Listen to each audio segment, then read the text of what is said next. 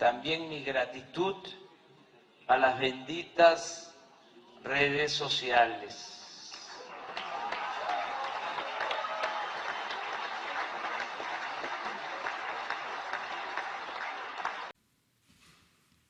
Pues quédense aquí si quieren, les invitamos.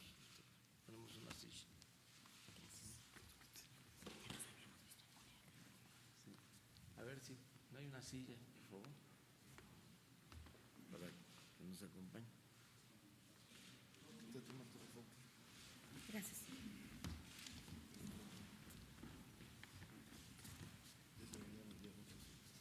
Bueno, vamos a que Marcelo nos explique lo de el acuerdo que se tomó el viernes por la tarde-noche en Washington.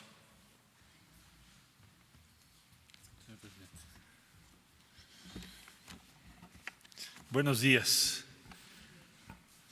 Con su permiso, señor presidente, señoras y señores invitados, colegas. Bueno, informar respecto a los acuerdos llegados con Estados Unidos a la administración Trump respecto al tema de la tarifa y la migración. Primero diría que en lo que lleva este gobierno, en estos meses, esta ha sido la más difícil o el momento más difícil en la relación entre México y Estados Unidos. Y la negociación fue muy difícil, muchas horas, muy tensa, y en esencia lo que ocurrió es que la relación comercial y económica se subordinó a la diferencia sobre el tema migratorio. Eso no había ocurrido. Un objetivo primordial de la negociación fue entonces para nosotros, para la delegación mexicana, volver a separar las dos esferas. Es decir, que la esfera comercial y la relación económica siga su camino y que la esfera migratoria siga el suyo, como estábamos hasta antes de la semana pasada. ¿Qué provocó que esto ocurriese por parte de Estados Unidos? El número de personas que están llegando allá.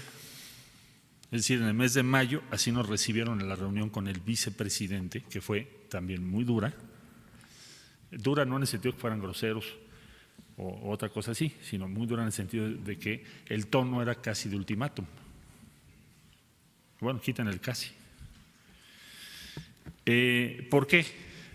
Porque nos recibieron con el reporte del mes de mayo de aprehensiones hechas en la frontera de los Estados Unidos con México. Y dieron a conocer una cifra superior a 140,000 personas. Es decir, con esa tendencia de personas que están llegando a Estados Unidos, dicen ellos, a fines de este año estarían llegando más de 1,600,000. El tema de las tarifas, yo quisiera nada más subrayarlo, porque por fortuna hoy se ha alejado ese peligro, pero el tema de las tarifas, ¿qué implica para México? ¿O por qué es tan importante tener cuidado con eso? Bueno, en primer lugar, hay que tomar en consideración que tenemos un tratado de libre comercio presentado al Senado en México y que está en el Congreso de Estados Unidos, y si se aplican tarifas unilaterales, entonces nos alejamos del modelo del Tratado de Libre Comercio. Es decir, ¿qué podría seguir en una guerra comercial? Pues que no se aprobase o no entre en vigor o deje de estar en vigor, cualquiera de las tres, un acuerdo de libre comercio con México. Y entonces todas las inversiones que tengamos previstas en México tendrían que tomar en cuenta eso. Estimamos que entrar a una guerra comercial nos va a costar a México ¿qué? ¿Cómo lo podríamos traducir para nuestra vida personal? Bueno, en primer lugar estimamos como incrementar el IVA de golpe 10%. En términos de tus condiciones de vida. Implicaría probablemente la pérdida de 1,200,000 empleos. Implicaría una caída en el Producto Interno Bruto de más de 1 punto. ¿Y esto por qué razón? Bueno, porque primero vamos a tener 5%, luego nos habían marcado el 1 de julio 10%, y entonces esto se convierte en una crisis económica para nuestro país que afecta a toda la población. Entonces, ¿a qué se llegó en esta negociación? Bueno, en primer lugar, aunque ahora voy a leer en detalle los resultados. En primer lugar, se llegó a que los dos temas se separen de nuevo. Entonces, logramos que el tema migratorio esté en una mesa y el comercio y las tarifas en otra. ¿Qué se acordó y qué se logró entonces? El gobierno de los Estados Unidos llegó a la reunión donde estuvo el señor vicepresidente de los Estados Unidos diciendo que la única manera de que no hubiese tarifas hoy era que México aceptara y firmara el fin de semana un acuerdo para ser el primer país de asilo, o dicho de otro modo, ser el tercer país seguro. ¿Esto qué significa? Para no ser muy complejo, significa que las personas que quieran buscar asilo, que atraviesen por nuestro territorio, tendrán que hacerlo en México y no podrán llegar a Estados Unidos a hacerlo. Nosotros les dijimos que tenemos muchas reservas sobre eso. Yo mismo declaré llegando a Washington que a mí no me gustaría hacer ese acuerdo. Entonces, después de muy intensas negociaciones, llegamos a dos medidas, una propia y otra de ellos, y se acordó un plazo para hacer las cosas y ver quién tiene razón.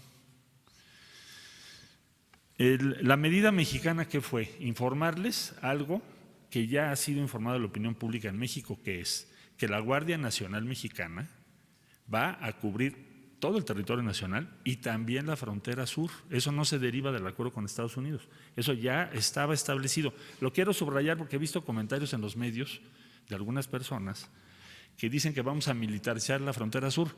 Bueno, eso es inexacto. En primer lugar, porque es la Guardia Nacional, y segundo lugar, porque está incluido esa presencia en esos municipios en el plan que ya se había presentado. ¿Qué es lo que se va a hacer? Pues hacer el despliegue más rápido.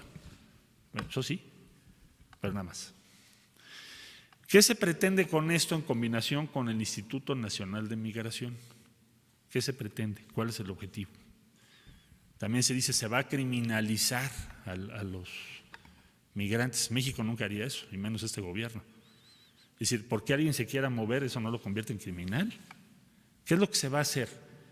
Se va a hacer un proceso que ya se anunció desde que entró este gobierno, que es que las personas que cruzan nuestro país en primer lugar tienen que registrarse. A ver, yo regresé de Washington, hice fila y presenté mi pasaporte y soy el canciller de México. Y si no hubiera traído mi pasaporte, a bien habría hecho la autoridad migratoria de mi país en ponerme en una sala, aunque sea el canciller de México. Y eso es para protección de todas las personas de nuestro país. Eso no es criminalizar a nadie. No podemos tener transitando por México a 600,000 personas y no sabemos cómo se llaman. Entonces, la decisión que se está tomando es, vamos a pedirles que se registren y vamos a decirles qué opciones hay. Y México no puede permitir que haya un flujo de 1,5 millones de personas sin saber cómo se llaman siquiera por su territorio. Segundo, Estados Unidos, su decisión, la decisión de Estados Unidos es, miren, hoy en día estamos aplicando la 235 famosa, que también nos han criticado mucho, que por qué se está aplicando, la 235. Esa no es una decisión de México, ni es un tratado, es una resolución de Estados Unidos. Y esa ley no la hizo el gobierno del presidente Trump, la hizo un gobierno demócrata anterior. ¿Y qué dice esa ley? Persona que esté buscando o esté solicitando asilo de mi lado, ellos dicen que están saturados y que tienen miles y miles de personas. Y a juzgar por las cifras que han dado, pues sí es verdad, porque si tienen 600,000 personas cuando antes solían tener 180,000, pues puede ser que sí estén saturados. Bueno, entonces lo que dijeron es, vamos a poner en México personas que ustedes puedan admitir para que terminen su proceso de asilo. Y es lo que estamos haciendo. ¿Cuántos hemos recibido? Más o menos 10,000 personas, según se informó hoy en la mañana. Para aquellos que dicen que nos van a mandar cientos de miles, hay 10,000. ¿Y por qué estamos haciendo eso? Porque estamos comprometidos con que esa persona termine su proceso de asilo. ¿Por qué no los deportamos? Porque respetamos el derecho de asilo. ¿Por qué los apoyamos? Porque respetamos el derecho de asilo. Bueno, Estados Unidos nos dijo, lo voy a hacer en otros puntos. Bueno, entonces, ¿qué es lo que nosotros vamos a hacer? Pues hacer lo mismo, es decir, vamos a permitir que esas personas terminen sus procesos de asilo. Esa es la medida que Estados Unidos tomó, en la 2. Entonces, el punto 1 es de la Guardia Nacional, el punto 2 es la 235. Punto 3, lo explico porque hay tweets del presidente Trump y me dicen que sí hay acuerdos secretos paralelos o que qué más dimos, que si los granos, en fin, voy a explicarlo lo más preciso porque además la instrucción que tenemos es hacer una diplomacia transparente. Ambas partes, dice, están de acuerdo en que en el caso de que las medidas adoptadas, ¿cuáles? Las dos anteriores que acabo de explicar, no tengan los resultados esperados, ¿cuáles? Que los números se estabilicen y vayan hacia abajo, entonces tomarán medidas adicionales. Ahora, ¿qué es lo que aceptamos nosotros? Dice, de ser necesario México y los Estados Unidos a fin de enfrentar los flujos migratorios irregulares y las cuestiones de asilo, continuarán sus conversaciones sobre los términos de otros posibles entendimientos. Voy a explicarlo. Ya les dije que en la reunión con el vicepresidente de Estados Unidos, ellos estaban insistentes en lo de tercer país seguro o primer país de asilo. Entonces les dijimos que yo creo que este fue el logro de la negociación más importante. Pues tengamos un plazo para ver si México y lo que está proponiendo tiene razón, y si no, nos sentamos entonces a ver las medidas adicionales que ustedes proponen y otras que pensamos nosotros. Por ejemplo, nosotros ¿qué pensamos? Que un sistema de distribución de responsabilidad sobre asilo tendría que ser regional, tendría que participar la ACNUR. ¿Por qué? Porque es evidente que en Centroamérica tenemos una crisis mayúscula. ¿Cómo se explica que haya este número tan inmenso de personas que están buscando? Esto ya es un éxodo. ¿Qué sucede en Centroamérica para explicar esto? ¿Cómo podemos organizar una respuesta razonable? Entonces, ¿qué es lo que nos comprometimos? A que si no tienen éxito las medidas que estamos proponiendo, tengamos que sentarnos a discutir con Estados Unidos y con otros países como cuáles, Guatemala, Panamá, Brasil. ¿Por qué? Porque a Brasil llegan los extracontinentales, Panamá porque ahí llegan cubanos y haitianos, Guatemala porque ahí pasan los hondureños y salvadoreños. Es un sistema regional. Entonces, ¿eso qué quiere decir? Bueno, nosotros confiamos en que las medidas que hemos propuesto tengan éxito, pero si no lo tienen, sí vamos a tener que participar en una discusión de ese tipo. No lo estoy ocultando. ¿Qué implicaría eso y por qué dice hoy el presidente Trump en un tuit que habría que presentarse al Congreso en México esos cambios? ¿Por qué dice eso? Porque se le dijo, yo se lo dije incluso, no a él, pero sí al vicepresidente, a los demás. México, si acaso estas medidas no funcionan y tuviéramos que participar en un modelo regional como el que acabo de explicar, tendríamos que presentárselo al Congreso. Es decir, yo tendría que ir al Senado de la República y decir al Senado de la República, oigan, las medidas que tomamos no funcionaron y lo que nos están proponiendo los americanos es esto y esta es la discusión. ¿Y qué podemos hacer y qué no podemos hacer? O sea, no es una decisión del Ejecutivo, tendría yo que verlo con el Senado de la República. Entonces, a eso se refiere. Esta declaración conjunta está firmada y sellada por nosotros. Esta es la que leí yo el día viernes. Y todo lo que se derive de esto yo les voy a estar informando puntualmente. ¿Cuándo o en qué fecha se va a hacer la evaluación? Dentro de 45 días. Aquí dice, concluidas y anunciadas en un periodo de 90. Entonces, a los 45 días tenemos que sentar las partes y decir, bueno, ¿tuvo éxito o no tuvo éxito? Si no tuvo éxito, ¿qué vamos a discutir? Y entonces ya yo informaría en detalle qué es lo que se va a discutir si es que no tenemos éxito. Pero evidentemente nuestro propósito es tener éxito. Ahora, otra discusión de nunca acabar, pero que finalmente acabó y se asentó, fue el compromiso del 18 de diciembre que firmamos con el Departamento de Estado, porque esa es la posición esencial de México, que se mandó en una carta al presidente Trump, que es cuál, que la única solución plausible y razonable es que hagamos un plan de desarrollo integral, mismo que ya se presentó, yo lo llevé a la Casa Blanca. Ya fuimos a Alemania, Alemania ya lo respaldó, el canciller alemán. España ya emitió un comunicado que lo respalda también. Entonces, Estados Unidos dijo, voy a invertir 5.8 billones de dólares, de los cuales se han anunciado 350 millones de dólares en un proyecto en El Salvador, en el que estuvo ya presente el actual presidente de la República de El Salvador. Ese es el primer proyecto que se deriva de esto y de las gestiones de Salvador, claro está, directamente con Estados Unidos. Entonces, lo que queremos es esto, este punto que para nosotros es obvio, pues para los Estados Unidos, si pudiera, pues lo sacaban, ¿no? Pero aquí está también acordado por ellos y es público. Entonces, ¿qué ganamos? Resumo. Primero, pues no hay tarifas hoy. No hay una amenaza de tarifas en 90 días, o en 45, o en 30.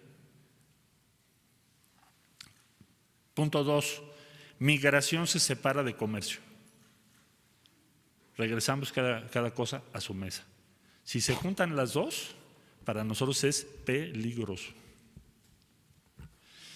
Punto 3, en materia migratoria, lo que estamos nosotros tratando de demostrar es que lo que nosotros proponemos es mejor que otras alternativas que existen, por supuesto. Pero tenemos que demostrarlo, tenemos que convencer, persuadir. Y debo decir que es la primera vez, cuando menos en lo que yo he visto, que las tarifas no se aplican. Porque normalmente el presidente Trump anuncia las tarifas como un instrumento de política y es muy raro que las quite. Ha habido casos, pero casi siempre las imponen y después negocias. Y aquí el peligro, ¿cuál era? Que ahorita estuviéramos con tarifas y de todas maneras tener que discutir el tema migratorio. Eso no se dio. Y finalmente, que tenemos la oportunidad de demostrar que tenemos razón. En un tiempo, no indefinido. Pero ese tiempo lo convenimos mutuamente. Ellos querían que se firmara el domingo otra cosa, totalmente diferente. Pero eso es lo que está aquí. No hay ninguna otra cosa que no sea esto que acabo yo de explicar al mayor detalle posible. Día 45 es la evaluación y si no logramos los resultados, tendríamos que participar en discusiones para un acuerdo que incluya el retorno de solicitantes de asilo bajo una perspectiva regional. Bueno, es todo un tema técnicamente, pero solo quería yo informarles que esto es exactamente en lo que estamos. Muchas gracias y desde luego en las preguntas estoy a sus órdenes. ¿Abrimos ya las preguntas o hay otro? ¿De una vez o esperamos a quién? Vamos. Es que si no luego se les pasa. Bueno, empezamos de izquierda a derecha. Allá atrás, por favor. Ahorita, en un segundo. Sí, buenos días. Canciller, preguntarle por un lado, bueno, que nos explicara lo de los productos agrícolas a que se refiere el presidente Trump y por otro lado, no se ganó solamente tiempo con estos 45 días, ¿será suficiente para disminuir los flujos migratorios? ¿Hasta cuándo se va a desplegar ya la Guardia Nacional para empezar con esta seguridad o si ya empezó? Y ¿qué es lo que veríamos? ¿Cuál es su meta en 45 días? ¿Qué se busca lograr mediante este plan? Sí, muchas gracias. Bueno, es que el viernes, jueves, miércoles de la semana pasada, mi horizonte de tiempo eran 2 días. Entonces, si tú me dices ganamos 45, se me hizo buenísimo, porque eran 2 días, 3. Y además el tiempo en contra, porque la tarifa del día 10 ya estaba prevista, ¿no? Bueno, pues ¿qué tengo que hacer? Pues voy a tener que hablar con las organizaciones, con los compañeros de los países centroamericanos, porque nosotros siempre hemos sido solidarios con ellos, siempre. Es más, el Plan de Desarrollo Integral de Centroamérica, México es el que lo ha presentado en todo el mundo, hasta la Casa Blanca. Entonces, ¿qué vamos a pedirle a los colegas de Centroamérica, a las organizaciones migrantes, a todas las compañeras y compañeros que tenemos? Que le ayuden a México, O sea, que demostremos, si queremos un programa de desarrollo en Centroamérica vigoroso, demostremos en 45 días que sí vale la pena, que lo podemos hacer entre todos. Es lo primero que vamos a hacer. Lo segundo, me preguntas de la Guardia Nacional. Bueno, según se informa por las autoridades correspondientes, esto ya tiene una base, ya están instalados una base, lo que se va a hacer es ampliar los números. Yo no tengo las cifras exactas, pero seguramente en el transcurso del día las podemos dar. Y el despliegue más importante tendrá que ser de migración, que son los que tienen la facultad principal. La función de la Guardia Nacional pues, será de apoyo, complementar a los agentes de migración, pero también tendrá que haber otra serie de actividades que ya iremos anunciando, que vamos a ver con el señor presidente en el transcurso del día de hoy, que tienen que ver con atención de salud, educación y otros temas. ¿En 45 días se busca disminuir o se el busca flujo mostrar migratorio? que funciona, tiene que disminuir, porque si vuelve a aumentar, a ver, el mes de abril fueron 110,000, si no mal recuerdo, y el mes de mayo fueron 140,000 o algo así. Entonces el número ha ido creciendo muchísimo, con lo cual se vuelve un tema mayor en Estados Unidos.